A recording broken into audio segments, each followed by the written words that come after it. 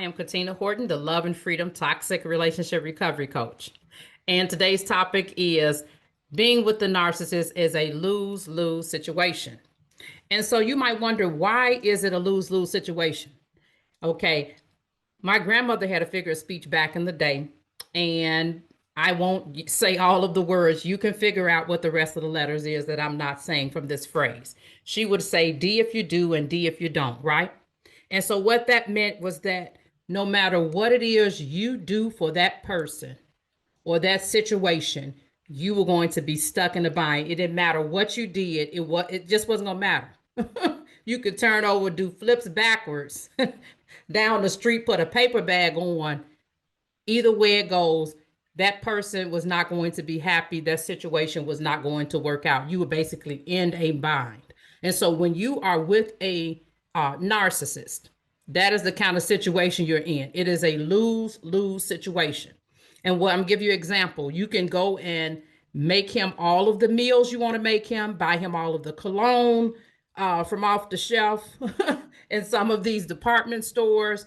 You can go and buy as many sweaters as you want, dress shirts you want. You can lend them money. It's never going to be enough. They are not responding to anything that you're doing, right? And so since they're not responding, you go and do those things. You go and buy the food. You go and make all of these meals. You go and buy the cologne, the sweaters, the sweatshirts. You lend them $10,000. None of that is going to matter, because at the end of the day, they are going to do what they have already planned to do, right? And so what happens though, when it comes to these narcissistic individuals, there is a hole inside of them. There's an insatiable hole that cannot be filled. And instead of them turning to God to fill that hole, they turn to every other person, place, thing, or idea to fill it. And it's never, ever enough. And so what happens with us as individuals, when you're in that relationship, right? You're in that narcissistically abusive relationship. Instead of you saying, okay, this person is not handling the access I gave them, right? They are not managing it well. So instead of you pulling back on some of that access, like God did in the Garden of Eden, you've got Adam and Eve, his children, right? And once they did not manage their garden, the garden well, right? Then God pulled back. And it's like, I got to get you out of here. God did not say, you know what? I got a secret garden over there I want to show you. Maybe you'll do better with that one.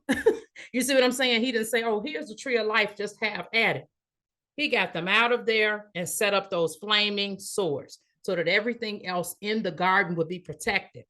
We do the exact opposite when it comes to dealing with toxic relationships, right? When we're in toxic relationships and dealing with people who have toxic traits, particularly the spirit of narcissism, what happens is that not only do we not restrict some of that access, since we see that they cannot manage what they've already been given, we end up giving them more. And so when you end up giving more, then what happens is what? That leaves you open door for doormat treatment. You see what I'm saying? That's cheap grace. It's lack of self-love, lack of dignity, lack of self-respect, lack of honoring yourself, having self-compassion, self-worth. You just abandon yourself. It's self-abandonment when you decide to give a person more when you see that they cannot already handle what they have. It's like even your child when they were little, or even some of you guys might have small children now, and they ask for something. And then you see them sitting there with the plate. They haven't eaten what they have. And then they ask for more of it. Well, can I have more dressing? And then you're just like, well, why would I give them more dressing when they haven't even touched what they have?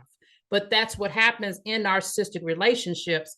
There's something about being fused to that individual through toxic and spiritual energy that instead of you pulling back because they haven't shown that they can handle the access they have, it just makes you want to lavish on more. And what happens is that spirit from being love bombed, just like a person who is drunk, they become free-hearted. You become drunk from being love bombed. and you start to give everything freely. And they haven't even shown that they can handle what they have, but that spirit inside of you, right? From being groomed, because remember, love bombing is nothing but one person worshiping another person with the sole purpose of grooming them for abuse, right? And so what happens is instead of you pulling back because you see that person couldn't handle the access, you give more, which gets you what? Soul tied and trauma bonded to them, right? And so no matter what they do, you keep on trying to give them more and more instead of pulling back. Our perfect example is in the Garden of Eden. God, he showed us what we do when we give proper boundaries, we pull back on the restriction. In toxic relationships, because of being fused to that individual, you end up giving more than what it is you should give, if that makes sense, right? Know your worth. Okay. Know that Jesus died for you. You don't have to keep going on a hamster wheel trying to prove you're enough to the narcissistic partner or anyone else with toxic traits. Okay. For that matter, right? Because of his death, you're already enough. Your royalty, you don't need to have anyone walk over you like you are literally a doormat in order for you to prove that you are, right? To prove your allegiance to them. Grab your keys to the kingdom and get your inheritance. Until next time, ladies.